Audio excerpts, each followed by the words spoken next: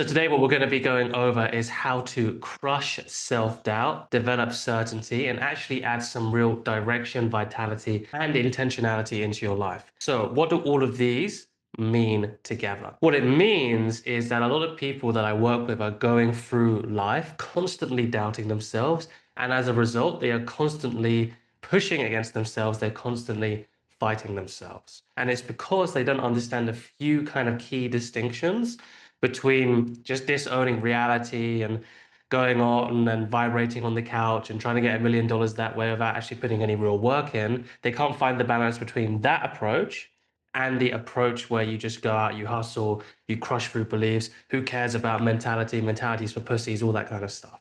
Now, that's a very extreme example. I'm doing it for a reason. I'm doing it because the more extreme that I go, the more people can relate to how almost silly this debate is, and yet how also pertinent this debate is for a lot of people because it still affects them.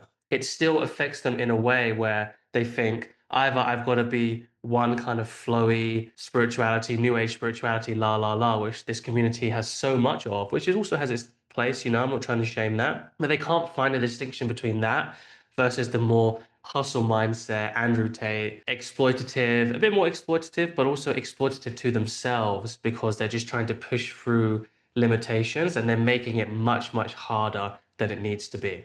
Okay, it's almost like the legend of Sisyphus. So if you don't know, there's a legend in history called about Sisyphus, who is basically somebody in some way has offended the gods in ancient Greece, and for his hubris, he is punished by constantly having to roll a boulder up a hill in one of the many hills that Hades has to offer. And when he's rolling it up, he almost gets to the top, he almost gets to the finish line, but then he's cursed to have to deal with the boulder rolling back down over him. So he crushes him, crushes all of his body, and then he has to go and keep on pushing that boulder up. So when people use Sisyphus as an example, it's kind of an exercise in futility. I mean it in that kind of a way, but I also mean it differently. I mean it because this is the life that so many people that I work with are living, have lived, or are living in some kind of capacity. So if you don't know who I am, my name's Aaron. I run this channel Unconscious Flow, which is an umbrella term about how to actually bring your life into more flow using the unconscious mind, healing unconscious beliefs, but also utilizing the conscious mind, having them work together. So life becomes the opposite of what the legend of Sisyphus tells us, but it's actually working with us. We're rolling the boulder down the hill. And once we get there, everything opens up. So there's two core distinctions, and then there's a third, which I'm going to get into at the end of the video, which you need to understand when it comes to absolutely destroying your self-doubt. The first one is competency. You have to develop competency in whatever you're trying to get. So there's big picture competency, and then there's smaller picture competency, and then there's the part in between, which is probably what applies to most of you, which is the sectional competency or the competency in themes. So big picture competency is, do I just feel more or less competent in my life? Now, most of you, if you ask yourself this question, will actually kind of be yes. If the answer is no, that's perfectly fine too. But basically what that means is, do I have the competency to just go through life and kind of mostly get what I want to if I put the effort in? If you're having an issue with this, with saying yes to this really truly, then go ahead and watch my other videos, the Practical Shadow Work Guide, how to destroy your negative beliefs. Put something in the comments, I'll get back to you, because that's actually a big picture thing which we have to solve first before this video will become relevant for you. But don't worry, I've got a ton of content on that. So the second one is a small picture competency. So these are very kind of isolated things. What these isolated things are, do I feel competent to go to this speed dating event? Do I feel competent to go and get into a new sport, a new dance thing? Like, they're very small sections of life which you might have specific blocks around. But then if you ask yourself a bigger question, like we did at the beginning just now, or just a bigger question in general, like, do I feel okay with my body or using my body? Then the answer is yes. So these are small kind of sectionalities. And then there's the bigger picture themes, which is probably what's going to apply to you most likely, which in the theme of dating, in the theme of relationships, in the theme of making money, in the theme of traveling, in the theme of making friends, in the theme of socializing, in the theme of learning something new, the art of learning a new skill, because that's a skill in of itself. Is there a block around that? And if the answer is yes, then competency. So example for me is Before I used to do this, I used to want to be professional in Brazilian Jiu-Jitsu. I competed international level, national level, regional level. I competed at all of it. And when it comes to competency, this was so, so important. It was so, so top of my mind. And it helped a lot with my confidence. So if there was a part of the game that I was playing, so for those of you that don't know, Jiu-Jitsu is a full contact wrestling sport. So I guess you could call it a combat sport. And there's lots of different specific sections you can break it down into. So one is playing guard, one is passing the guard, one is a certain type of submission. Maybe it's arm bars, or maybe it's a choke, maybe it's escaping from a certain position. I knew my strengths and weaknesses pretty well after about half a decade. And I knew that just because of the nature of the way that the mind works, I was trying to avoid certain situations because I knew I was weak at that. So to counteract this, when I started taking this really, really seriously, I would go into the gym and I would make myself play the positions where I was worse at. And these were against people who were kind of my friends. A lot of them were my friends, but also kind of my competitors. So you got to imagine the mental edge that I'm giving to somebody else by putting myself into a position which I know I'm not good at. Bear in mind that they also don't know that I'm good at that position either. So, or I'm not good at that position rather. So for them, they're having way better rounds against me. That gives them a mental edge. So if I have to go up in competition, they're going to be more confident because I don't tell them that that's actually the part which I'm weakest at.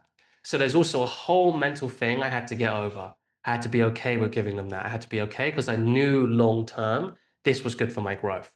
So that's what I mean by getting competency. You have to identify the areas of your life and specifically the areas of your life that you're working on, like the sectionality we just talked about, whether that's dating or making money or making friends or whatever that is.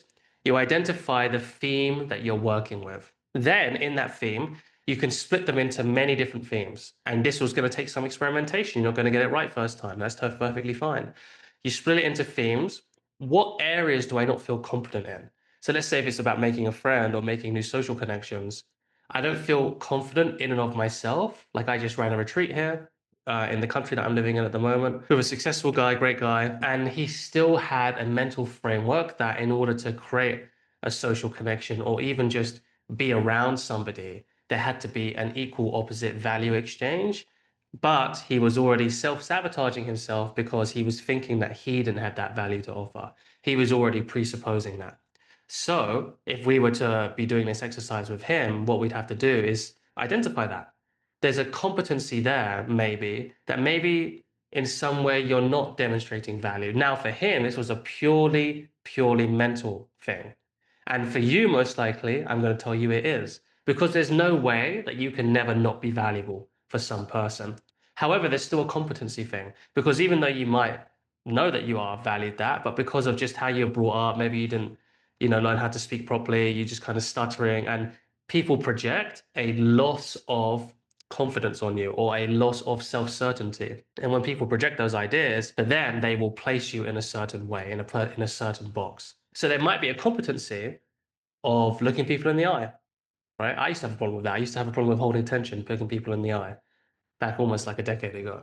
So there is a competency aspect always. And I wanted to take that first. I wanted to get that out of the way because this is the thing which most people overcompensate when it comes to getting rid of self-doubt. They're just kind of like, I want to outwork the self-doubt, which leads to the second point, which is the most important point. You need both of them, but this one is higher up in the value hierarchy. Okay.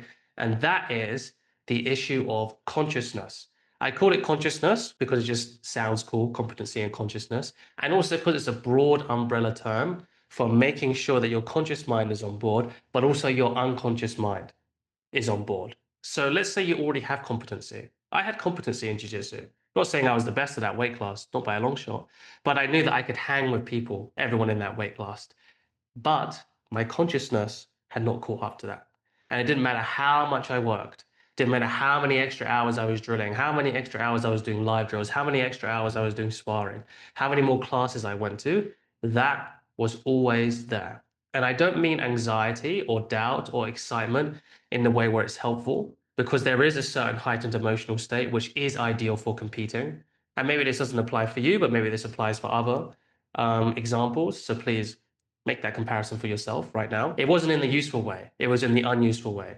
So just days before competition, doubting myself, talking myself out of it,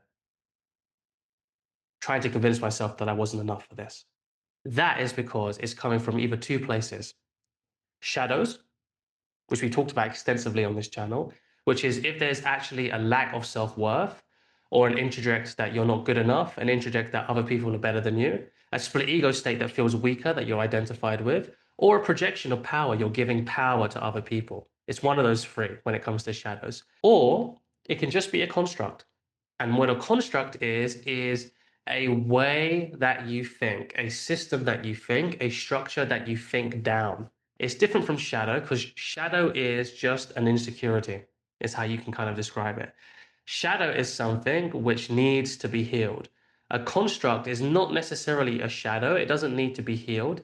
It's just a frame of you looking in the world which now has become limited. It once was useful, but now it is limited. Okay, so an example, a distinction, let's say it's a competition. A shadow would be everyone else is stronger than me and I'm weak. That would be a shadow. So you can see that you can work as much competency as you want. But if that is a deeply held belief, then you will always, to some degree, be projecting power onto others and feeling weak into yourself. Pretty bad combination, right? In any area of life. However, a construct would be competition has to be hard. Now, this is a funny thing to bring up because a lot of people will look at this and think, well, isn't that kind of true? Or making money is hard. Isn't that kind of useful? Being successful is difficult. Isn't that kind of useful? Isn't that kind of true? Isn't that kind of true to reality? So here is the distinction. There's a difference between meeting the moment where it's at or meeting life where it's at and being like, okay, yeah, this is hard. Versus before that moment has even come up, before life has even started getting that way, for you then to say, life is hard. One is a presupposition, one is an accepting of reality. So, for example, I could show up to a competition, have that competition, and then think back and be like, yeah, that was a pretty tough competition. That's very different from me going to competition weeks in advance, being like, this is going to be hard, this is going to be hard, this is going to be hard. Because then that makes that a reality. And also, here's the thing. If I do that beforehand, a couple of weeks beforehand, a few weeks beforehand, then first of all, like I said, if even the competition was relatively more straightforward, relatively easier, which a lot of them turned out to be because of my preparation, because of my competency, then not only would I then make something that shouldn't be hard, hard, I also make an already hard experience because there is an already aspect hard experience that's going to be there, whether you say it's hard or not, and whether you prepared for that. It's also taking that and then making it even more difficult, making it even more of a stress, of a story. That's different than just accepting that competition can be hard and you prepare yourself for that. You prepare yourself for that difficulty. That is very different to then making that a reality in your head. That's what I mean by consciousness versus competency. You need both. If you're from the Western world, most likely there's been a big overindulgence, over compensation on competency, which is why part of my one-on-one work, or a big part of my one-on-one work, is really solidifying the consciousness part, going in, seeing what your shadows are, whether they're projection, introjection, split ego state. You need to know the difference between those three. Otherwise, you'll either heal them incorrectly and they'll actually become worse, or you won't heal them at all. You need to know which one of those three are, heal them correctly, whether that's letting go, reintegration, or re-owning.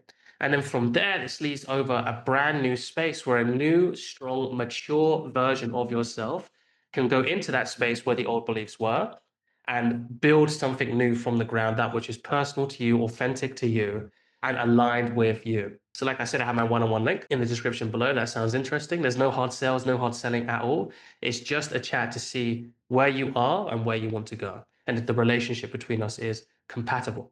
Now, the other thing of consciousness, which is really important to see, is the ability to use your mind in the correct way. So this is a little bit in some ways of the more conscious part, although it is obviously conscious, which is to do with mindfulness. I'm not just using that as a buzzword. I mean it in its true sense, which is being mindful, not of mind's attention, but of how mind's attention moves. as taught to be by my teacher, Sister Kante Kema Sasana Dipika of the Dharma Sukha Foundation of America. Really, really advanced spiritual teacher who sadly passed away. You need to be observant of how mind's attention moves and not be identified with how mind's attention goes. Because I can say all this kind of stuff. We can go and we can feel the constructs. We can go and we can heal the shadows, all that good stuff like we do in the one-on-one work. But we need the other part of it to be complete too, which is sometimes you just feel nervous. When you're in a competition, you pick up the nerves of other people around you. If you're somewhat similar to me, if you're somewhat of a social being. And that's okay. The difference here is that we don't become reactive to it. So one of my posts back in the day when I used to be on Facebook that did really well is I said, remember, you can always doubt the self-doubt. And what that means is this doubt that's coming up, the other part of it, the other part of consciousness, is you're taking it so seriously. You're making such a storyline out of it. You're making such a narrative out of it. You're making such a big deal out of it. When really, if you're present with just the emotional experience of doubt, it's just a feeling. That's all it is.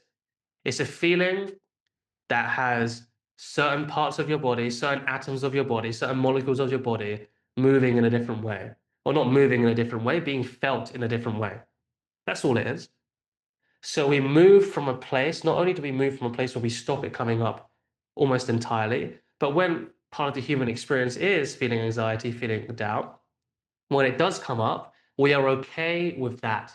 We are okay with not being okay. That is another big, big step which has to be worked on too, which is also worked on in the coaching. Because when you become okay with not being okay, you reach a level of groundedness, emotional security, emotional maturity, of certainty that is really difficult to grasp, most likely if you haven't experienced that before. It becomes so solid and so effortless that you don't have to think about it anymore. Because think about it, if you're feeling doubt and doubt affects you in a negative way, the same way that feeling happiness does, how do you think that will affect you in all areas of your life? For a job interview, maybe for asking for a raise, from talking to somebody, whether it's a friend or more romantic, from going after what you want, for being confident in yourself, for maybe starting that business on the side. What do you think that extra degree of certainty will give you? It's incalculable. And that's why that's so important. The other part of consciousness work is okay with being okay, using mind in the correct way, and not being reactive or making any much more of a story of something that's coming up for you. That's how you really develop unshakable confidence. That's how you really destroy self-doubt for good. You can turn it back in on itself as well. Like I said, you can always doubt the self-doubt. So at the start of this video, I said there'd be a third point. And here it is. Here's the third point. You got to know how to bring these two together, because a lot of the time people will just go more into one and less into the other. You need to have both of them at the same time. However, the second point, consciousness, transcends and includes competency, but competency doesn't transcend and include consciousness, at least in the way that I'm using it now, in the definition that I'm using it now. So it means that the consciousness part has to be the one leading and the competency follows. However, what needs to be done here is, first of all, you have to identify the areas of competence that you want. Second of all, in those areas of confidence, what you have to do is identify the subcategories of what you're struggling with and then execute on that. So whatever that practice is for you, you just execute on that. And then the third part is you bring in the consciousness practice that I just talked about, which I have a ton of resources, ton of exercises on this channel, which you can go and watch for free, where not only do I identify the core constructs or the core shadows that are holding you back, and you either restructure them if they're constructs, or you heal them if they're shadows, but you also use the second part, which I talked about, which is using mindfulness or using mind in the right way and becoming less and less attached to how an emotion is. Like I said, I do have my one-on-one link in the description below, which is a link to a one-on-one call. It's just 30 minutes, like I said, no hard sales, no hard selling, where we just talk about where exactly you are in your journey, where the exact areas are that you want to work on, whether we're compatible for each other, whether our relationship is there. And then we just see where you are, because that is super, super important, that you make sure that you know where you want to be, where you want to work on, and how exactly, or what the things are, what the kind of rough areas are that are holding you back. And there's the last part of this, which I'm going to share with you right now, which is we're not trying to be perfect here. You're supposed to go out and practice all of this stuff and then realize, oh, yeah, I need to be doing more competency here. I'm kind of slacking off, right? I'm kind of becoming one of those guys that just sits on his couch and tries to vibrate $1 million into existence. It's not going to work. Or I'm actually going too much into competency. I keep on pushing myself. I keep on pushing myself, and then I'm burning out. Or I'm reaching the point of no return, but I can't give myself a break because I'm actually not confident in myself. Then we have to bring that back. And it's about finding a harmony, finding a balance. And that right there is how you destroy self doubt.